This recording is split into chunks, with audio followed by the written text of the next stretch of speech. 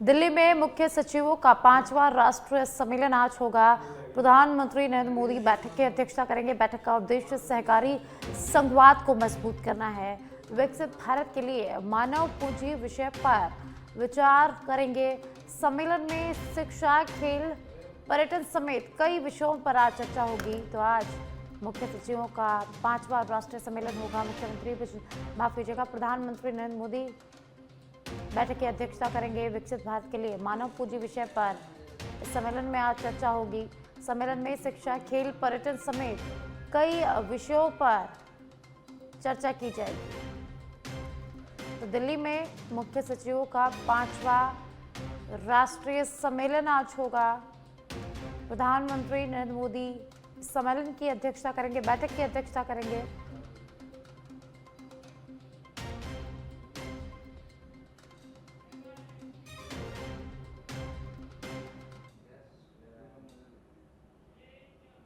और अब प्रतापगढ़ से खबर है, जहां प्रतापगढ़ पुलिस ने मानवीय संवेदनाओं के साथ बड़ी कार्रवाई करते हुए ऑपरेशन विश्वास के तहत महाराष्ट्र के शोलापुर जिले से 53 आदिवासी मजदूरों को सुरक्षित रेस्क्यू किया है। मजदूरी का झांसा देकर दलालों ने इन्हें इंदौर के रास्ते शोलापुर ले जाकर गन्ने के खेतों में बंधक बनाकर रखा हुआ था। एसपी बी आदित्य के निर्देश और एएसपी मजेंद्र सिंह जोधा के मार्गदर्शन में गठित विशेष टीम ने अलग अलग स्थानों पर दबिश देकर सभी मजदूरों को मुक्त करा लिया है। मजदूरी न देने, मारपीट और महिलाओं से अभद्र व्यवहार के आरोप भी यहां पर सामने आए हैं। पुलिस ने प्रकरण दर्ज कर लिया है। दलालों और अन्य आरोपियों के खिलाफ कार्रवाई इस पूरे मामले में शुरू कर दी गई है। सभी मजदूरों को सुरक्षित उनके गांव अब पहुंचाया जा रहा है। तो प्रतापगढ़ से खबर है, जहां प्रतापगढ़ पुलिस ने बड़ी कार्रवाई की है।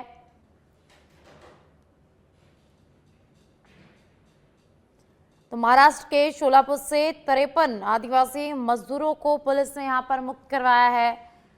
2 महीने से मजदूरों को बंधक बनवाकर मजदूरी यहां पर करवाई जा रही थी।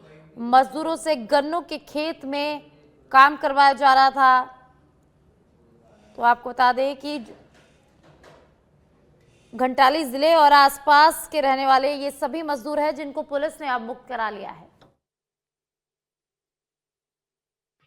इसमें जो एप्लीकेशन हमारे पास आई थी उसमें बंशीलाल नाम का एक व्यक्ति है। तो उन्होंने इन लोगों को इंदौर में नौकरी दिलाने का वादा दिया था, लेकिन इनको बिना बताए शोलापुर जिला लेके गया था महाराष्ट्र में। तो बंशीलाल और जो नामजद है एफआईआर में, इसके साथ साथ 2 और नाम है, सीताराम पटेल और एक खान नाम का व्यक्ति है। ये भी इस पूरे घटनाक्रम में मिडिलमैन है, जिन्होंने इन लोगों से पैसे लिया और महाराष्ट्र में भी जो जमींदार है उनसे भी पैसे लिया और इनके साथ ठगी करते हुए, मानव तस्करी करते हुए उनको वहां पे छोड़ के ये लोग वहां से। और अब डिग से खबर है, जहां मुख्यमंत्री भुजनलाल शर्मा के परिवार की गिरिराज गोवर्धन के प्रति भारी आस्था देखने को मिली है। मुख्यमंत्री की पत्नी गीता देवी और बेटे अभिषेक ने श्रीनाथ जी के दर्शन कर दंदौती परिक्रमा शुरू कर दी है। रात्रि श्रीनाथ जी स्थित गेस्ट हाउस में विश्राम किया और थोड़ी देर में आगे की परिक्रमा वो दोनों अब शुरू करेंगे। परिक्रमा का आज तीसरा दिन है। 31 दिसंबर को ये परिक्रमा पूरी होगी। सुरक्षा की दृष्टि से राजस्थान और यूपी के सुरक्षा कर्मी उनके साथ चल रहे हैं।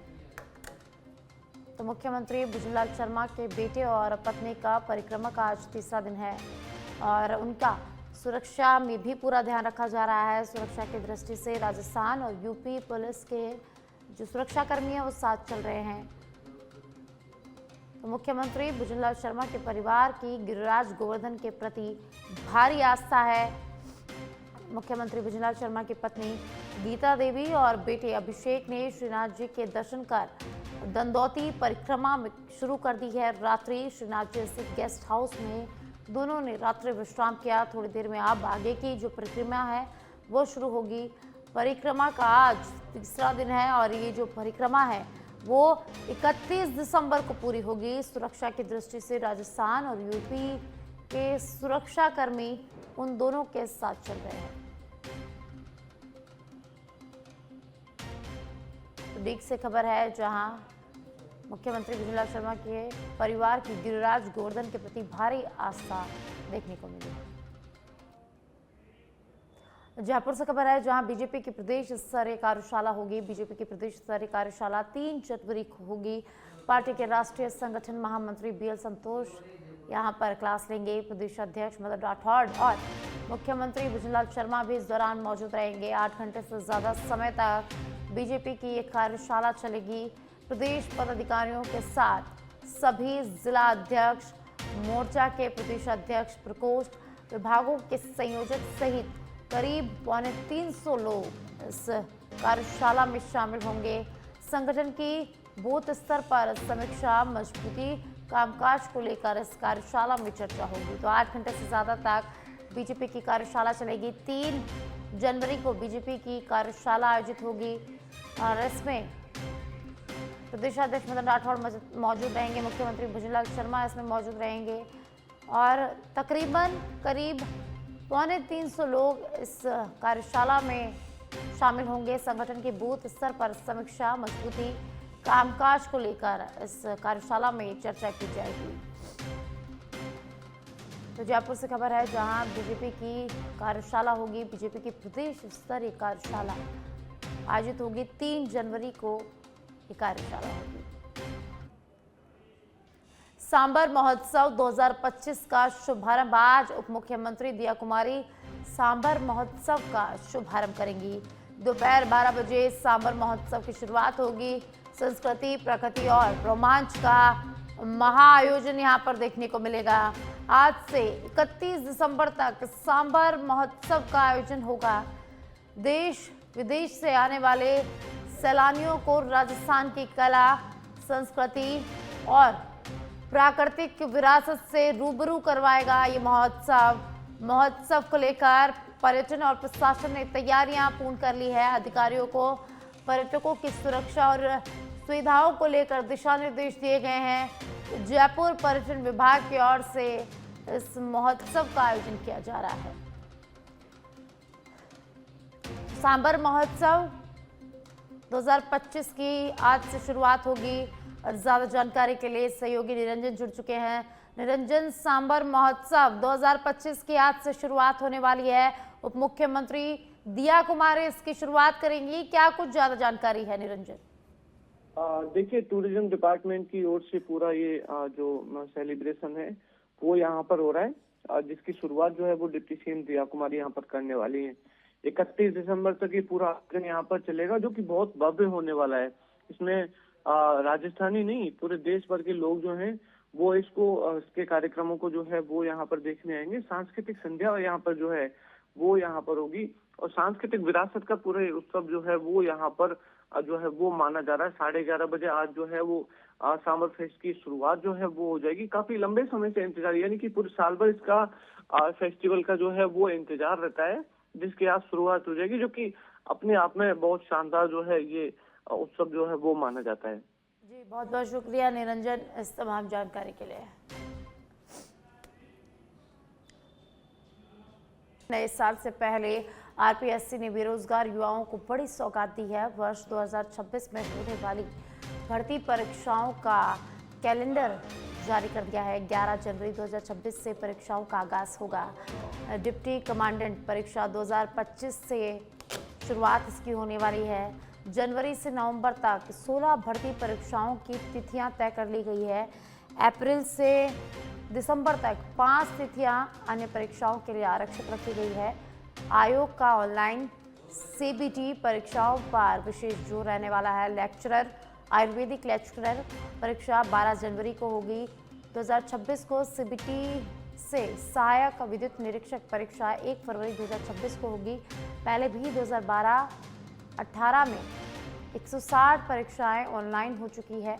समय पर कैलेंडर से अभ्यर्थियों को गोल्डन टाइम यहां पर मिलने वाला है। अध्यक्ष उत्कल रंजन साउल बोले कि प्लानिंग आसान होगी। 2025 कैलेंडर की 100% पालना होगी। 2026 में भी समयबद्ध परीक्षा एसआई, वेटनरी ऑफिसर, एई, शिक्षक, इंस्पेक्टर सहित कई बड़ी भर्तियां, विस्तृत परीक्षाएं होंगी। कार्यक्रम समय समय पर अपडेट किया जाएगा। और ज़्यादा जानकारी के लिए सहयोगी कुणाल जुड़ चुके हैं। कुणाल, नए साल से पहले आरपीएससी ने बेरोजगार युवाओं को बड़ी सौगात दे दी है। वर्ष 2026 में होने वाली भर्ती परीक्षाओं का कैलेंडर यहां पर जारी कर दिया गया है। क्या जानकारी?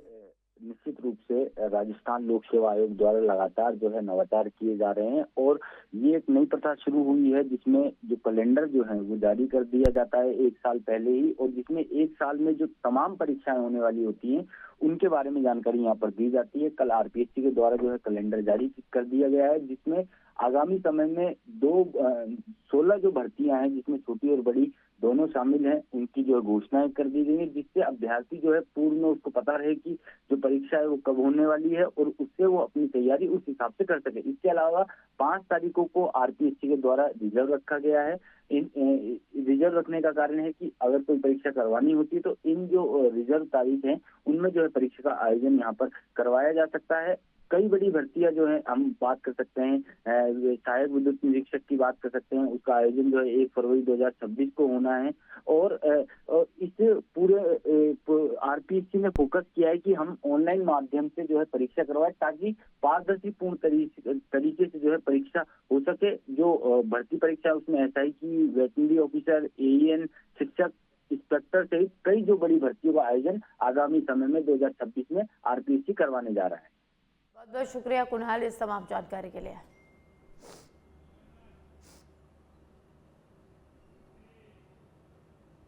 हिमाचल और कश्मीर में बर्फबारी। मौसम विभाग ने नए साल पर कश्मीर में अच्छी बर्फबारी की संभावना जताई है। श्रीनगर समेत घाटी के अधिकांश निचले इलाकों में बर्फबारी का तोहफा पहले दिन मिल सकता है साल के, जिससे पर्यटन स्थलों पर रौनक बढ़ने की संभावना भी जताई गई है। हिमाचल प्रदेश के रोहतांग, शृंखला और बारालाचा दर्रे में हिमपात हुआ। उत्तराखंड के मैदानी क्षेत्रों में 3 दिन के लिए कोहरे का येलो अलर्ट जारी किया गया है।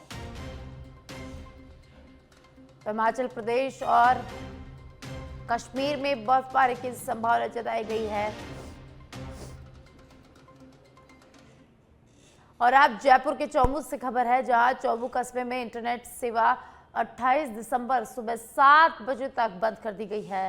इंटरनेट बंद की मियाद 24 घंटे यहां पर बढ़ाई गई है। धार्मिक स्थल के बाहर रेलिंग हटाने को लेकर विवाद हुआ, जिसके बाद 27 दिसंबर सुबह 7 बजे तक ये नेट बंद रखा गया था, लेकिन अब इंटरनेट बंद की मियाद 24 घंटे के लिए बढ़ा दी गई है। तनाव और अफवाहों की आशंकाओं के चलते निर्णय यहां पर लिया गया है। कानून व्यवस्था बनाए रखने के लिए इंटरनेट बंद रखा गया है।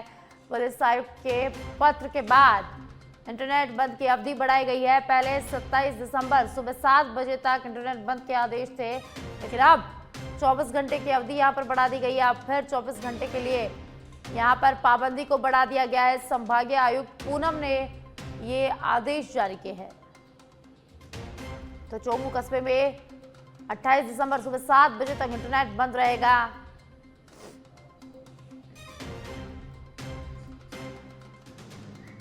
संभागीय आयुक्त पूनम ने ये आदेश जारी किए हैं। जयपुर के चौमू कस्बे में इंटरनेट बंद की अवधि 24 घंटे के लिए और बढ़ा दी गई है। कोटा शहर एसपी तेजस्विनी गौतम ने बड़ा एक्शन लिया है। स्पेशल टीम से डिस्कॉम ऑपरेशन यहां पर करवाया गया है। आरकेपुरम थाना क्षेत्र के रोजड़ी स्थित फार्म हाउस में दबिश दी और जुआ खेलते हुए 12 लोगों को यहां पर गिरफ्तार किया गया है।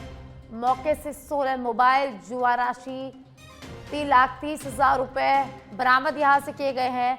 एसएचओ आरकेपुरम संदीप बिश्नोई को लाइन हाजिर यहां पर किया गया है। डीएसटी कोटा को भी भंग भेजा और सभी को लाइन हाजिर यहां पर किया गया है। एएसपी नियति शर्मा को 3 दिवसीय जांच रिपोर्ट प्रेषित करने के एसपी ने निर्देश यहां पर दिए हैं।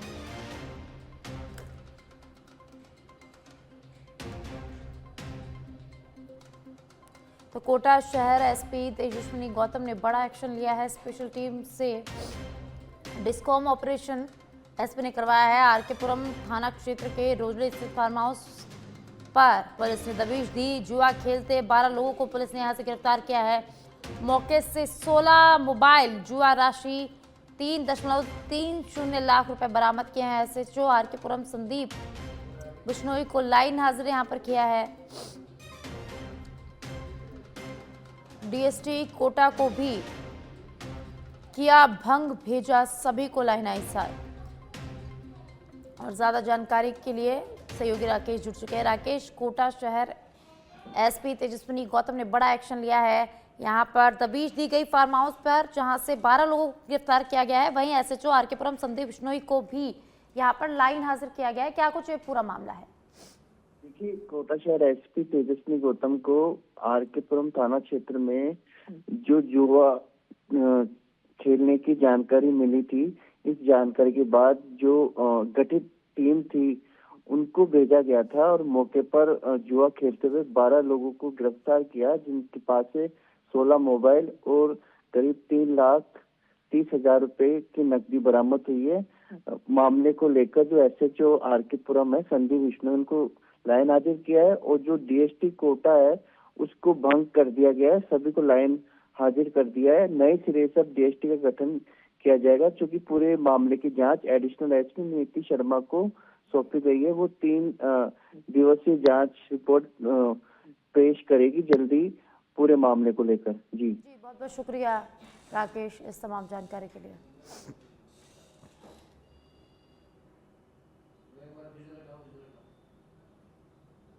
तो कोटा एसपी तेजस्विनी गौतम ने बड़ा एक्शन यहां पर लिया है।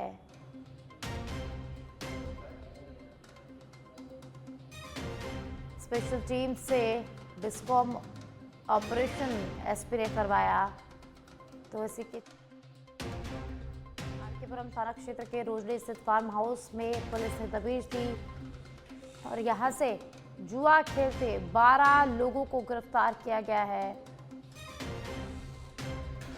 मौके से 16 मोबाइल शराब की बिक्री अगर कहीं हो रही है उसके बारे में लगातार हमारी स्पेशल टीम्स जो है वो डिकॉय ऑपरेशंस भी कर रही थी।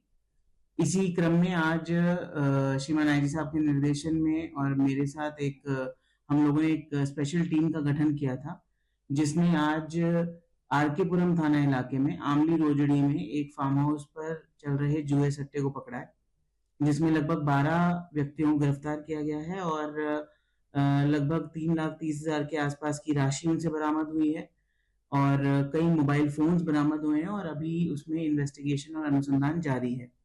पर प्रथम दृष्टया बार बार कहने के बावजूद भी इस तरीके की लापरवाही को जीरो टॉलरेंस लेते हुए, उसको बर्दाश्त नहीं करते हुए सख्त एक्शन लिया गया है। एसएचओ आरकेपुरम को तुरंत प्रभाव से लाइन हाजिर किया गया है।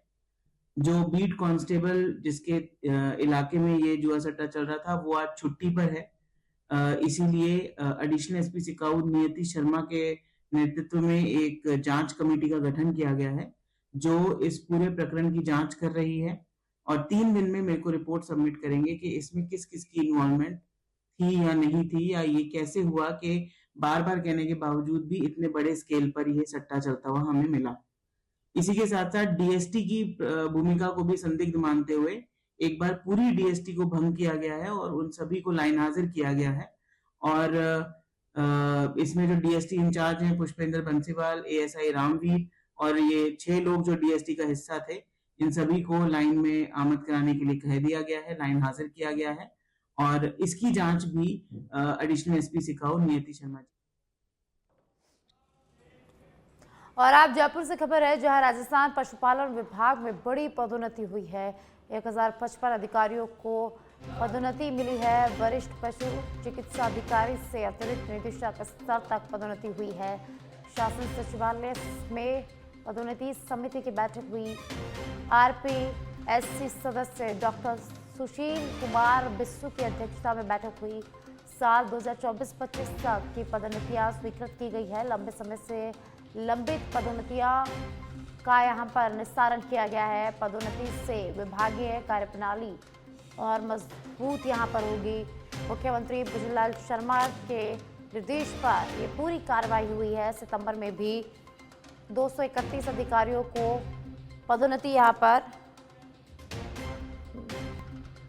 और ज़्यादा जानकारी के लिए सहयोगी कुणाल मेरे साथ जुड़ चुके हैं। कुणाल, यहाँ पर पदोन्नति हुई है। राजस्थान पशुपालन विभाग में बड़ी पदोन्नति देखने को मिली है। 1055 अधिकारियों को पदोन्नति मिली है। क्या कुछ पूरी जानकारी है? देखिए साक्षी, आपको बता दें कि शासन सचिवालय में पदोन्नति समिति की जो बैठक है वो आरपीएससी सदस्य डॉक्टर सुनील कुमार बिस्सू की अध्यक्षता में आयोजित हुई थी। इस जो बैठक हुई थी उसमें 1055 अधिकारी हैं, उनको जो है पदोन्नति यहाँ पर दी गई है। और लंबे समय से ये जो पदोन्नति का मामला था वो यहाँ पर लंबित पड़ा था, जिसके कारण जो है सभी को इंतजार था कि जो पदोन्नति है वो कब होगी। अब इस पदोन्नति के बाद जो वरिष्ठ पशु चिकित्सा अधिकारी हैं, अब वो जो है अतिरिक्त निर्देशक स्तर तक जो है उनकी पदोन्नति यहाँ पर हो गई है। मुख्यमंत्री के निर्देश पर जो है ये कार्यवाही हुई है। इसमें से अगर हम बात करें तो सितंबर में भी जो 231 अधिकारी हैं उनको पूर्व में जो है पदोन्नति की जो सौगात है वो यहाँ पर मिल चुकी है। और यकीनन जो पशुपालन विभाग है अब इन पदोन्नति के बाद जो है और मजबूती के साथ काम करेगा।